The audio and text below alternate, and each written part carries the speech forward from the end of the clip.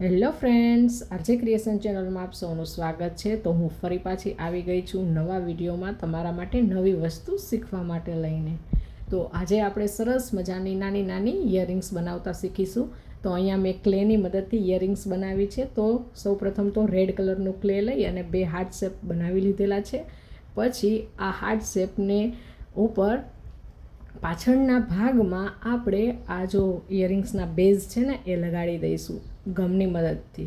તો બંને heart shape છે એ આ બેઝની ઉપર લગાવી દેવાના છે અને થોડીક વાર માટે આપણે એને સુકાવા દઈશું, જેથી કરી અને આ જે પાછળના દાંડલાઓ છે એ ચોંટી જાય।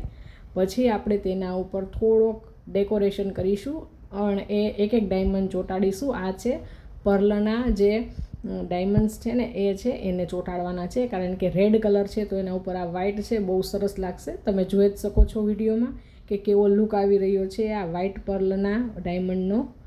અને હવે આપણે થોડીક વાર માટે તેને સુકાવા દઈશું, જેથી કરીને એ સરસ મજાના સેટ થઈ જાય આ પર્લના ડાયમંડ છે તે।